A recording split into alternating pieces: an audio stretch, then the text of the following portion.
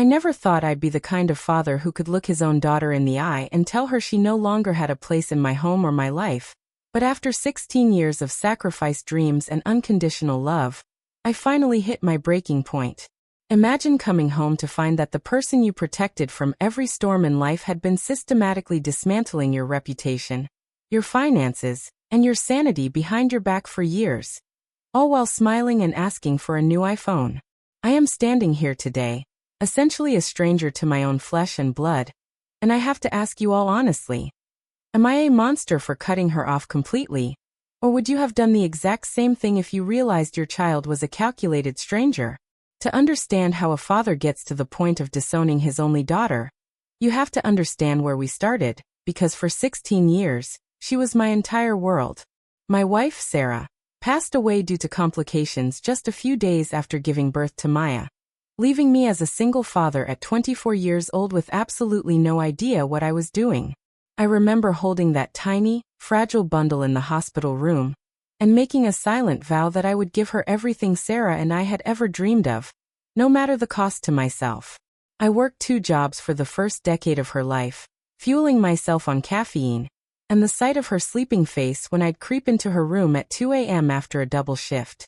I didn't date, I didn't travel, and I certainly didn't spend money on myself. Every spare cent went into a college fund, dance lessons, and making sure she never felt the lack of a mother.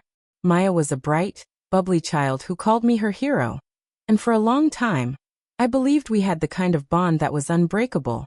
But looking back now, the cracks started appearing when she hit 14, and I was too blinded by my own devotion to see them for what they really were.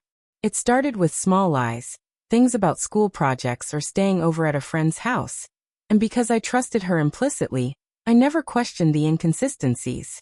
I wanted her to have the freedom I never had, so I gave her a long leash, thinking that my trust would be met with respect. By the time she turned 15, the sweet girl persona began to flicker, replaced by a cold, transactional attitude that I dismissed as typical teenage rebellion.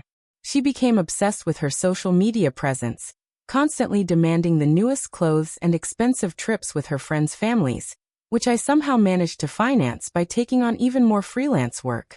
I thought I was being a supportive dad, but I was actually funding my own replacement. The real nightmare began 6 months ago when I noticed small, unauthorized withdrawals from my savings account, the one specifically set aside for her university tuition. When I confronted her, she broke down in tears, claiming she had been bullied for her cheap clothes and just wanted to fit in. My heart broke for her, and like a fool, I forgave her, chalking it up to the immense pressure kids face these days. I even apologized for not being present enough to notice her struggling. But that was her hook. She realized that my guilt was a weapon she could use against me. She started spinning a web of lies to her friends and their parents, telling them that I was emotionally abusive, that I withheld food from her, and that I was still unstable from her mother's death. I only found this out when a concerned neighbor approached me at the grocery store, looking at me with pure pity and asking if I needed professional help for my temper. I was floored. I have never raised my hand to Maya, and I barely even raised my voice. When I got home that day, I didn't confront her immediately. Instead, I did something I'm not proud of. I checked her laptop. What I found was a digital manifesto of hatred. She had a private group chat with her friends where she referred to me as the ATM, and joked about how easy it was to manipulate the old man by crying about her mom. She had even shared photos of our house, complaining that it was a shack, and that she couldn't wait to graduate so she could sue me for her inheritance. Money that doesn't even exist because I've spent every dime on her. The sheer calculated coldness of it was breathtaking. She wasn't a confused teenager. She was a predator living under my roof. I sat in the dark for hours, staring at the wall, realizing that the daughter I loved was a fiction I had created in my own head. She walked in an hour later, laughing on the phone, and asked me what was for dinner without even looking at me. I felt a coldness settle in my chest that I had never felt before.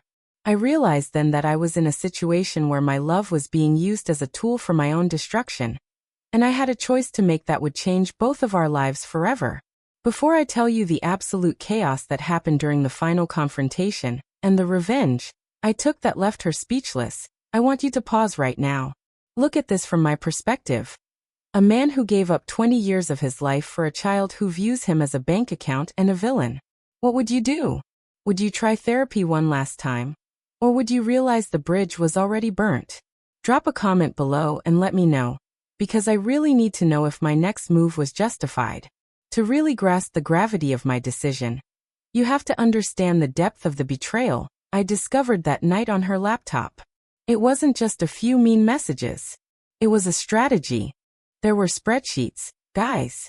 She had actually tracked my paydays, mapped out which emotional triggers made me more likely to open my wallet, and even had a script for when she wanted to go to parties. One entry read, "Mention mom's anniversary tomorrow. He'll feel bad and give me at least $200 for self-care."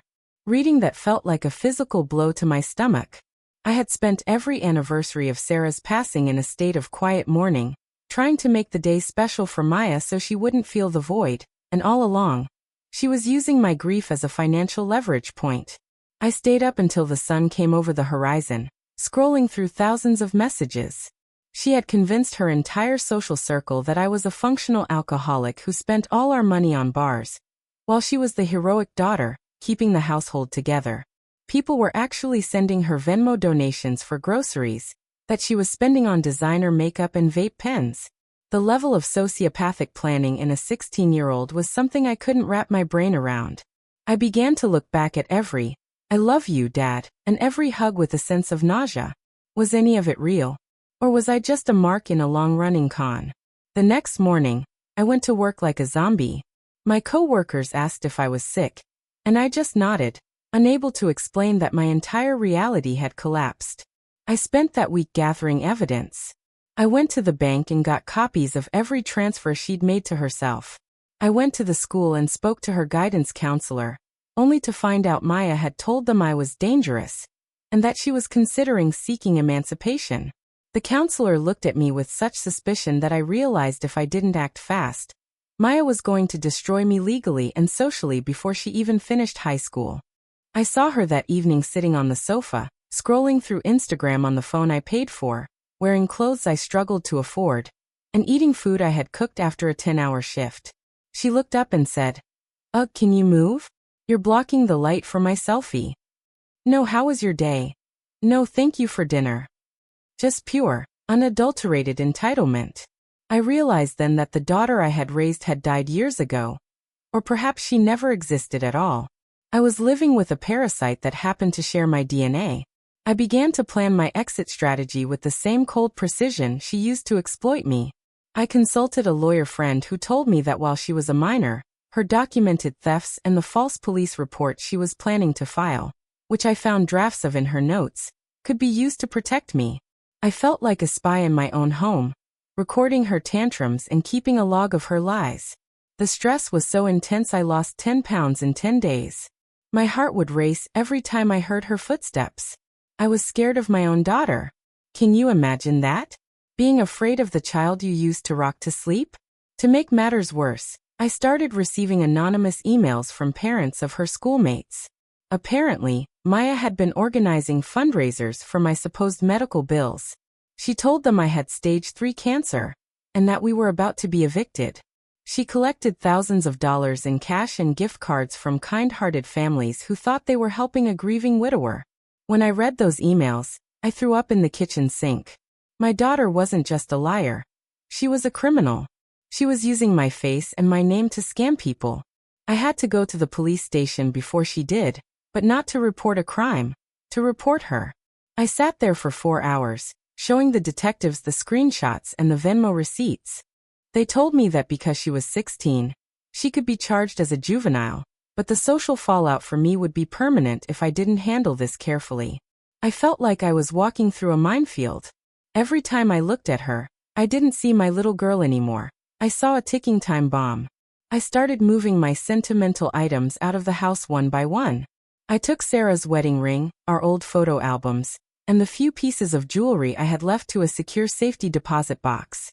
I knew that when the explosion happened, she would try to destroy everything I loved to hurt me. One night, I caught her in my room, rooting through my dresser. When I asked her what she was doing, she didn't even flinch. She just said, "I'm looking for the title to the car."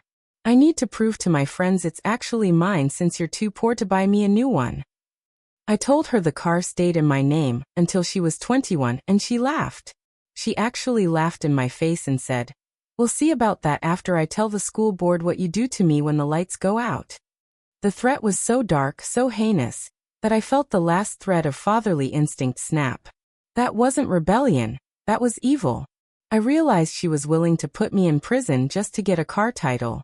I spent the next 48 hours in a cold, calculating state of mind. I called my boss and took a leave of absence. I called the landlord and told him I was breaking the lease early and would pay the penalties. I called a moving company and told them I needed a ghost move. Everything gone in 4 hours while she was at a school assembly. The final straw, the one that broke the camel's back once and for all, came on her 16th birthday. I had actually bought a small cake, a pathetic attempt to see if there was a shred of the old Maya left. I thought, maybe if I give her one last chance to be human, we can fix this. But she didn't want a cake. She wanted a mansion party, hosted by a wealthy classmate whose parents were out of town. She demanded $300 for a dress and another $200 for entry and drinks. When I calmly told her that we couldn't afford it, and that I wanted us to have a quiet family dinner to remember her mother, she didn't just get angry. She transformed. Her face contorted into something unrecognizable. She screamed that I was a loser who had dragged her down for 16 years. She said, "I wish Mom had lived and you had died. At least then I'd have her life insurance and a mother who actually cared about my status." That was it. The silence that followed was the loudest thing I've ever heard. She then pulled out her phone, looked me dead in the eye, and dialed 911. She began to fake sob into the phone, telling the operator that her unstable father was throwing things and that she was barricaded in the bathroom. I didn't move. I didn't yell.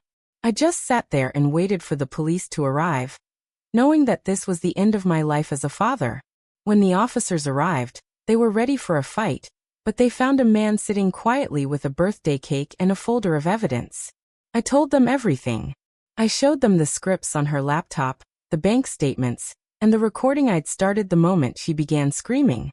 They spent 2 hours at the house, and by the end the lead officer was shaking his head in disbelief. He told me, "Sir, I've seen a lot of troubled kids, but this is something else. You need to get away from her before she actually lands you in a cell." That night, after she left with a friend's parents because she refused to stay with a monster, I didn't sleep. I packed. I realized that my loyalty to Sarah's memory didn't mean I had to be a martyr for a child who wished me dead. I spent the weekend coordinating with her maternal aunt, Diane. Diane was always the one whispering in Maya's ear that she deserved more, that I was stifling her potential. Fine, I thought. If Diane thinks I'm the problem, she can be the solution. I signed over temporary guardianship and moved every single piece of furniture I owned into storage by Monday afternoon. When Maya walked home from school that day, expecting to find me waiting with an apology and a credit card, she found an empty house and 3 suitcases on the porch. I watched from a car down the street as she tried her key and found the locks changed. She didn't look sad. She looked inconvenienced. She started kicking the door and screaming, not for her dad, but for her stuff. I drove up, rolled down the window, and handed her the final envelope.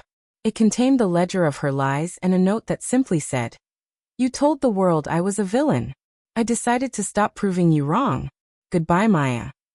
I drove away as she was mid-scream, and I didn't look back in the rearview mirror once. But the story didn't end there. 2 weeks after I disappeared, the real fallout began. Diane called me, hysterical, saying that Maya had already stolen her credit cards and had been caught bringing older boys into the house. She begged me to take her back, saying she couldn't handle the stress. I told Diane that she was the one who said Maya needed a better environment, so she should be happy to provide it. I blocked Diane's number. Then came the messages from Maya's friends. It turns out, once the money stopped flowing and the sad orphan story fell apart, her social circle turned on her. They realized she had been lying about me to get their lunch money and rides to the mall. One girl actually called me to apologize, saying she had no idea I was a single dad working 60 hours a week while Maya was out spending cancer donations on shoes.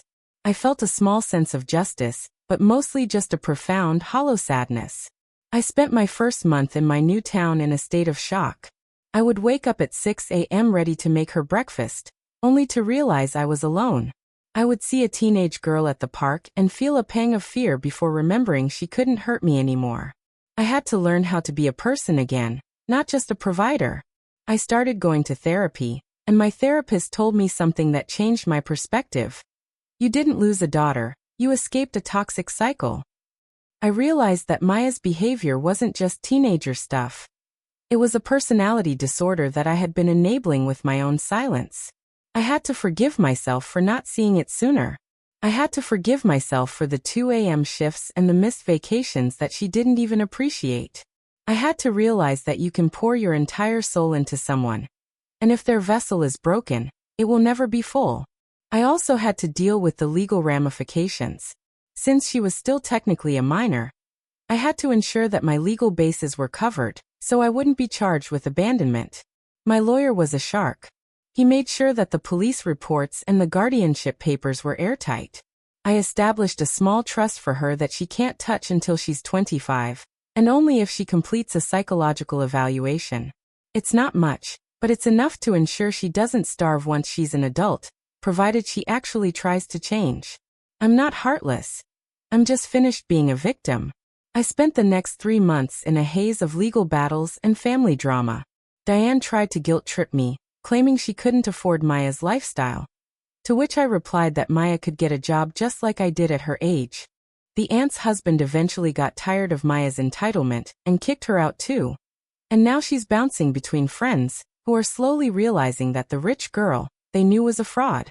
Every now and then, I get a text from an unknown number. Sometimes it's a plea for money, sometimes it's a string of curses, but I never reply. I changed my number last week. I sold the family home, the one filled with memories that now feel like poison bait, and moved to a small town where nobody knows my name or my reputation. I spend my mornings walking on the beach, and my evenings reading books I never had time for. The silence in my new apartment is the most beautiful thing I've ever heard. People say that a parent's love should be unconditional, but I disagree. Love is a contract of mutual respect. And when one person decides to set that contract on fire and dance in the ashes, the other person has every right to walk away. I am 16 years older, broke and starting over, but for the first time in a long time, I am at peace. I learned that you can't save someone who views your heart as a stepping stone. If you're out there feeling trapped by a toxic family member, please know that your life has value outside of what you can do for them. The world will tell you that you're a monster for choosing yourself, but the world hasn't walked in your shoes. They haven't felt the sting of a child's betrayal, or the fear of a false police report. They haven't spent decades sacrificing their health for someone who counts their death as a payday. Standing up for yourself isn't a crime, it's a necessity. I am finally living for me, and while I still have scars, they no longer ache every time I breathe. Like this video if you think I made the right call by protecting my peace, and subscribe to the channel if you want to hear more stories about people finally standing up for themselves against all odds. I'd really love to hear your final thoughts on this whole mess in the comments. Was 16 years enough of a chance, or did I give up too soon? I'll see you all in the next story.